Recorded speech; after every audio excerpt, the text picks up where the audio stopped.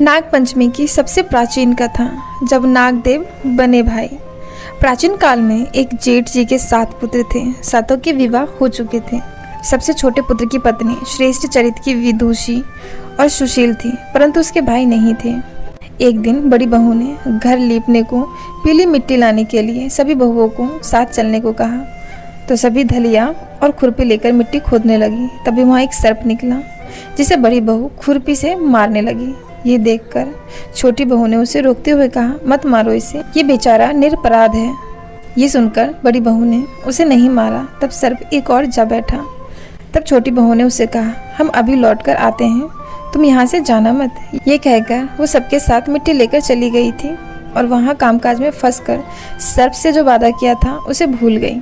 उसे दूसरे दिन वो बात याद आई तो सबको साथ लेकर वहाँ पहुँची और सर्प को उस स्थान पर बैठा देखकर बोली, सर्प भैया नमस्कार। सर्प ने कहा, तू भैया कह चुकी है, इसीलिए तुझे छोड़ देता हूँ, नहीं तो झूठी बात कहने के कारण तुझे अभी डस लेता।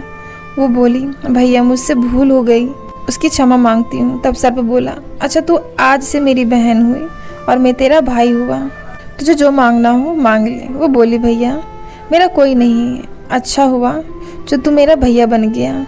कुछ दिन व्यतीत होने पर वो सर्प मनुष्य का रूप रखकर उसके घर आया और बोला कि मेरी बहन को भेज दो। सबने कहा कि इसका तो कोई भाई नहीं था।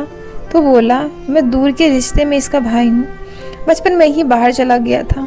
उसके विश्वास दिलाने पर घर के लोगों ने छोटी को उसके साथ भेज दिया। उसने मार्ग में बताया कि मैं वही सर्प हूँ, इसलिए तू डरना नहीं और जहाँ चलने में कठिनाई हो वहाँ मेरी पूँछ पकड़ लेना। उसने कहे अनुसार ही किया और इस प्रकार वो उसके घर पहुँच गए। वहाँ के धन ऐश्वर्य को देखकर वो चकित हो गई।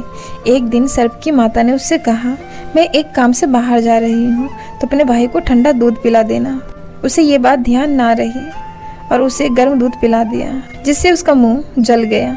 ये देखकर सर्प की माता बहुत क्रोधित हुई, परंतु सर्प के समझाने पर शांत हो गए। तब सर्प ने कहा कि बहन को अब उसके घर भेज देना चाहिए। तब सर्प और उसके पिता ने उसे बहुत सा सोना चांदी जवाहरात वस्त्र भूषण आदि देकर उसको घर पहुंचा दिया। इतना ढेर सारा धन देखकर बड़ी बहू स्त्रिया से कही, भाई तो बड़ा धनवान है, तुझे तो उससे और भी धन लाना चाहिए।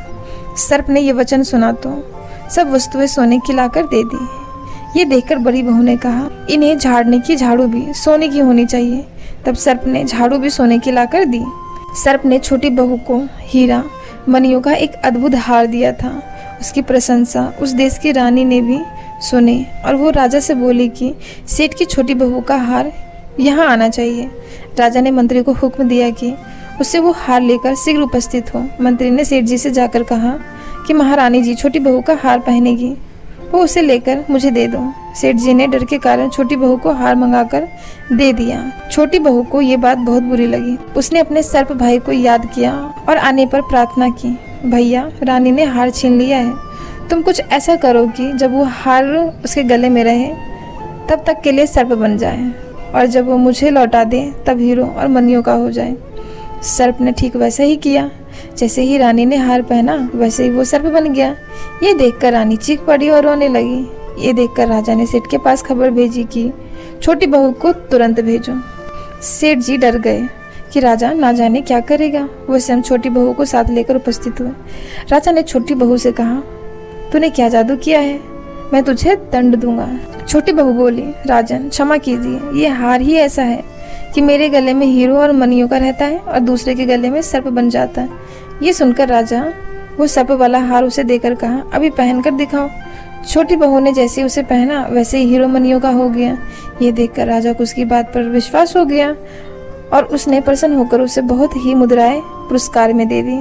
छोटी बहू अपने हार और स्वर्ण मुद्राएं सहित घर लौट आई। उसके धन को देखकर बड़ी बहू ने ईर्ष्या के कारण उसके पति को सिखाया कि छोटी बहू के पास कहीं से धन आया है।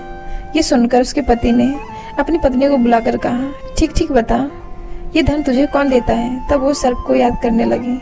तभी उसी समय सर्प ने प्रकट होकर कहा, यदि मेरी धर्म बहन की आचरण पर संदेह प्रकट करेगा तो मैं उसे खा लूंगा। ये सुनकर छोटी बहू का पति बहुत प्रसन्न हुआ और उसने सर्प देवता का बड़ा सत्कार किया। उसी दिन से नाग पंचमी का त्योहार मनाया जाता है और स्त्रियां सर्प को भाई मानकर उसकी पूजा करती हैं। तो उम्मीद करती हूँ कि आपको ये वीडियो पसंद आई हो। अगर ये वीडियो पसंद आई हो तो वीडियो को लाइक, चैनल को सब्सक्राइब और शेयर करना बिल्कुल ना भूलें। Thank you so much.